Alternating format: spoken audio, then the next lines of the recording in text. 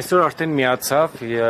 երկրորդ եւ երրորդ նախագահների թիմակիցների միջև արկա հերակա, այսպես ասենք, վեճին Նիկոլ Փաշինյանը, թե ով է իրեն բերել իշխանության, որակումներ էր տվել, ծանոթ է իր գրառումներին, մոտ, եթե չեմ սխալվում, 3-4 գրառում է արել այդ թեմայով։ Ծանոթ եմ եւ շատ ուրախ եմ, որ սկսել է անհանգստանալ այդ թեմայից, որտեղ դեռևս ոչ վաղ անցյալում իր համար միայն ջղաձգումների եւ այդ ներվային ցնցումների մեջ ընկնելու թեման իրեն կապիտուլյանտ եւ դավաճան ասելն էր, որովհետեւ ինքը հասկանում էր, որ այն դավաճանությունը, որ գործել է, այդ թուրք-ադրբեջանական տանդեմի հետ իր պայմանավորվածությունները այլևս հայ հասարակության համար գաղտնիք չեն։ Հիմա հաջորդ բացահայտումն է տեղի ունեցել եւ հայ ժողովուրդը վստահ արդեն գիտի, որ 2018-ին ինքը չի Նիկոլին բերել իշխանության։ 2018 թվականին թուրք-ադրբեջանական փողերով միջնորդավորված այն արտաքին տերերի միջոցով, որոնց օգնությամբ կազմակերպվել էր Հայաստանում պետական հեղաշրջումը, այդ դրա մեջ հայ ժողովուրդը ընդամենը ֆոն է եղել եւ ներողություն, բայց ամենավերջին եւ կեղտոտ ստերով օգտագործել են Հայաստանի հասարակությանը։ Այս սրանից էլ է իհարկե Նիկոլը վախենում, որովհետեւ պետական հեղաշրջում կազմակերպած անձը իրապես պիտի վախենա։ Այն իշխանությունը տվել են կիսամաշ դեմքեր, ընտրակեղծարարներ։ Ուրեմն ընտրակեղծարարը ինքն է, ուզուրպացիա իրականացրել է Հայաստանի Հանրապետությունում միայն ինքը, իշխանազավթն ինքն է եղել, իսկ Հայաստանի Հանրապետության երրորդ նախագահին իշխանություն տվել էր հայ ժողովուրդը եւ կարող եմ ասել ինչ համար է իշխանություն տվել։ Արցախը ազատագրելու, Հայաստանը անվտանգ պահելու համար եւ 10 տարիների ընթացքում Սերժ Սարգսյանը փառքով կատարել է վերաապացուցելով այն փաստը, որ ինքը 42,000 քառակուսի կիլոմետր հայրենիք է կարողանում պահել զրո սպառնալիքներով ու չի գալիս ժողովրդին ամեն 6 ամիսը մեկ Նիկոլի պես ասում վերջ պետության սպառնալիքի, պետության գոյության սպառնալիքի առաջ ենք կանգնած։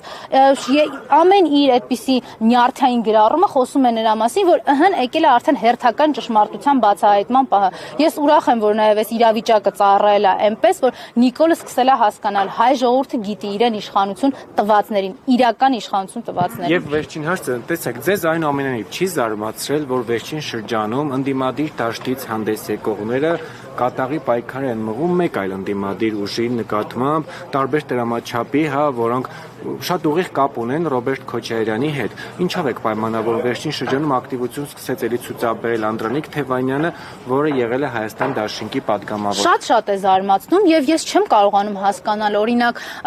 TV5-ի տաղավար ինչի է պետք օգտագործել ստեր տիրաժավորելու համար։ Նույնիսկ եթե դրանք գրվել են Ռոբերտ Քոչարյանի գրասենյակում կամ արտաբերվում են Ռոբերտ Քոչարյանի գրասենյակի ղեկավարի կողմից, ինչի 5-րդ տարեկի եւ ՀՄԿ-ի տաղավարների։ Ցավում եմ, բայց վերջերս այո, այդ նույն prime time-ը ՀՄԿ-ում օգտագործվում է ստեր տիրաժավորելու համար, նույն ժամանակամիջոցը TV5-ում օգտագործվում է ստեր տիրաժավորելու համար։ Այսինքն մենք համարում ենք, որ Նիկոլի սպառնալիքն է վերացել։ Ինչի են Ռոբերտ Քոչարյանի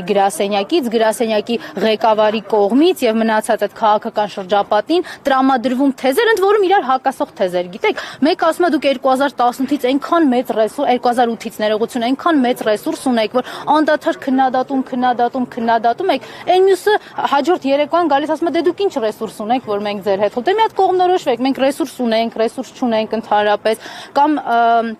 մեկը գալիս ասում է, որ 2018 թվականը դե պիտի հասկանանք հələ իշխանազավթում է եղել, թե չէ, այսինքն ձեզ համար հարցական է իշխանազավթում է եղել, թե չէ։ Բա անցած երեկոյին TV5-ի տաղավարում հայտարարել եք, որ ամեն ինչ գիտեք 2018-ի մասին, բա պատմեք Հայաստանի քաղաքացիներին։ Հիմա կամ չեք պատմում, որտեվ իրականությունը այս պայդրությամբ ձեր քաղաքական ընկալումներին չի համապատասխանում, դուք դա եք ուզում արածնեք, կամ չգիտեք, կամ միգուցե ես մտածում եմ մարդիկ, ովքեր տարբեր ժամանակահատվածներում այս 7 տարվա ընթացքում Նիկոլին վարչապետ են անվանել, պարոն վարչապետով են դիմել, իրենց համար այո դժվար է ամբողջ իրականությունը ընկալել, բայց ցավը կայանում է նրանում, որ